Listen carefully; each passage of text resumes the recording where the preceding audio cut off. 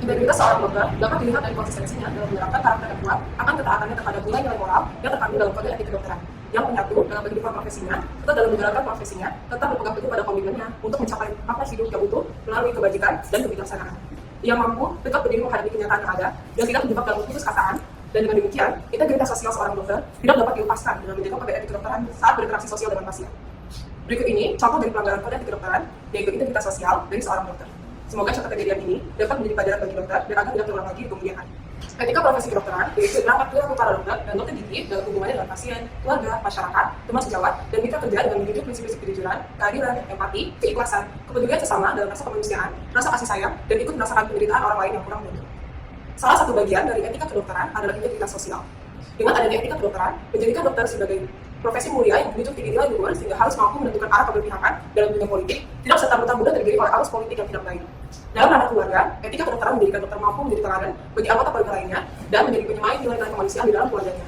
Adapun dalam hukum sosial, etika kedokteran menjadikan dokter harus mampu mengimplementasikan nilai-nilai kode etik di masyarakat untuk sebesar-besarnya memberikan pengabdian. Di sebuah klinik kandungan Dr. Nashwan, ibu hamil berusia paruh baya mengeluh kontraksi pada kandungannya. Izin saya ingin bantu natural itu sakit banget dan saya mau dari BPJS.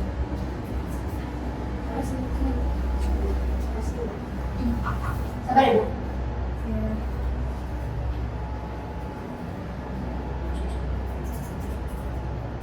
Maaf nih nggak bisa dipercepat ya, sakit banget. Ini mau ditunggu ya, Bu. Biasa aja banyak nih. Tahu? Sabar banget. Mau ikut saya ya, Bu? Ya. Kalau ini mau ditindaklanjuti ya, ada kita terus ke BPJS akan melahirkan. Keluhannya apa? Udah sakit banget, saya udah kontraksi berkali-kali juga, jadi saya pengen segera melahirkan aja, udah sakit.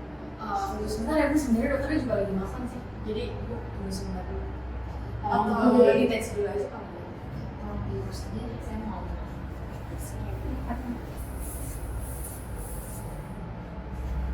Waduh, Bu, tensinya tinggi nih, Bu. Jadi kalau mau ke dokternya harus nunggu dulu ya, Bu ya. Oh jadi seminggu lagi nih ya? Tapi saya udah sakit banget. Ya gimana ya, Bu? Tensinya juga tinggi. Kita nggak bisa kalau terus tinggal tunggu sebentar aja ya, Bu ya. Aduh, gimana nih? Aduh, jam berapa nih? Udah sakit banget. Mana dokternya ya? Ibu, dokternya udah ada kenal sama dia.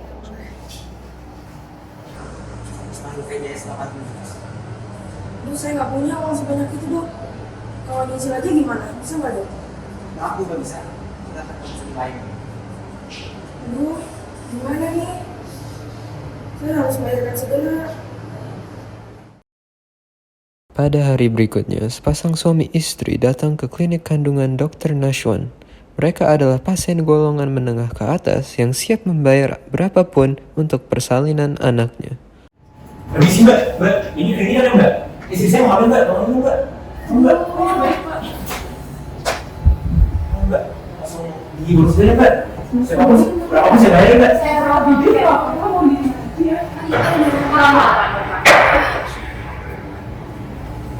Ini mau langsung diurus mbak. Untuk tensinya sudah baik. Selamat siang Pak, Ibu. Siang dong. Untuk keluhannya apa ya? Sakit terus rasanya kayak nendang-nendang gitu sih. Baik, saya cek dulu sebentar ya. Baik Ibu, berdasarkan pemeriksaan terakhir, untuk persalinannya dapat dalam masalah dasar ya Bu. Mengingat keselamatan bayinya juga. Dok, perasaan pemeriksaan tiap bulan normal aja dok, atau tiba-tiba disuruh selesai dok?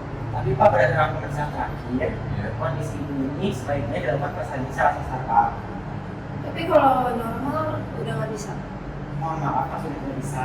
Karena nanti kalau misalnya normal dapat berpengaruh pada kesehatan ataupun keselamatan dari bayi. Cara keselamatan bayinya bisa kenapa? Iya, betul sekali. Ya udah deh Pak, langsung aja Pak. Segera aja deh Pak, berapapun harganya Pak, saya bayar Pak. Baik Pak. Untuk selanjutnya dapat dilakukan di ruang sebelah sana Baik. Pak. Makasih banyak ya Pak.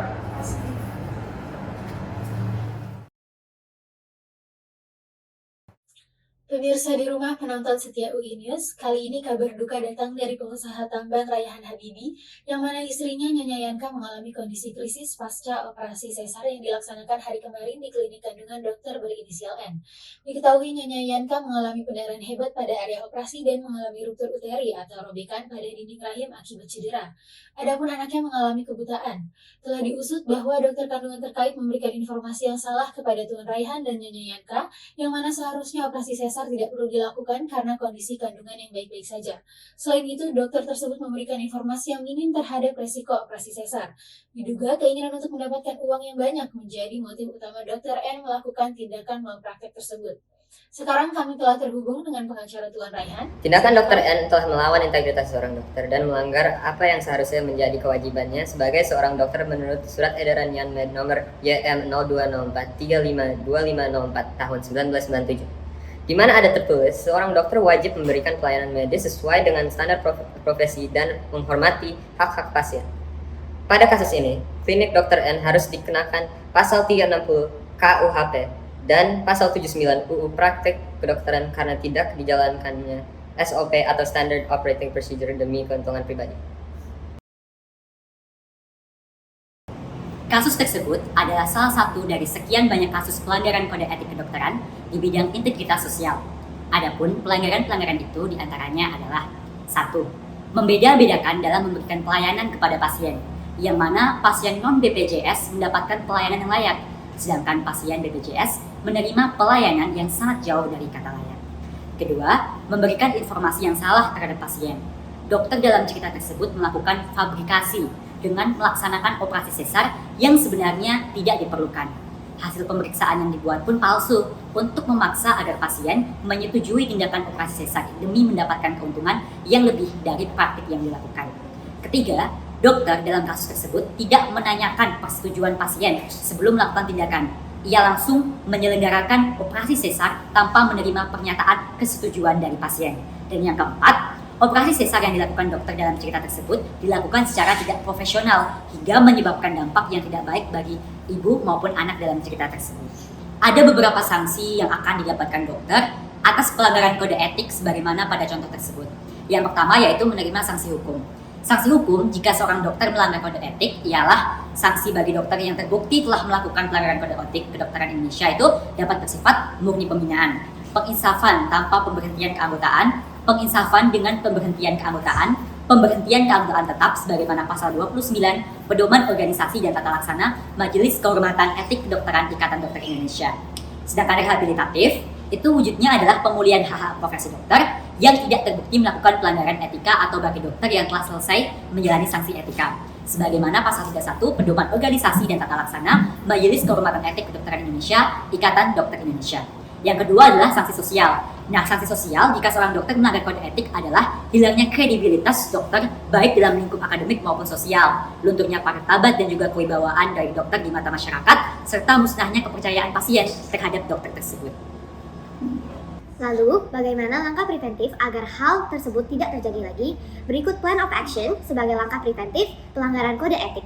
Harus dilakukan penegakan disiplin profesi untuk mencegah malpraktek medis yang berhubungan dengan kompetensi meliputi, dokter harus memiliki kompetensi yang diperlukan dalam pelayanan kesehatan, merujuk pasien kepada teman sejawat yang lebih kompeten dan mendelegasikan atau mencari dokter pengganti dengan kompetensi yang sama. Dokter harus tetap menjaga kondisi kesehatannya agar tetap kompeten dalam melayani masyarakat. Di samping itu, dalam berpraktik harus dilandasi standar kompetensi, surat tanda registrasi, dan surat izin praktek. Selain itu, dokter harus mampu menjalankan tata krama kehidupan kedokteran dengan konsisten, seperti menjaga komunikasi yang baik dengan pasien, mampu menjaga rahasia informasi medis pasien, bisa bekerja sama dengan baik bersama dokter lain dan tenaga medis lainnya, mampu bertindak secara etis dan mengedepankan nilai kemanusiaan dalam setiap penanganan pasien dengan menjunjung tinggi empati.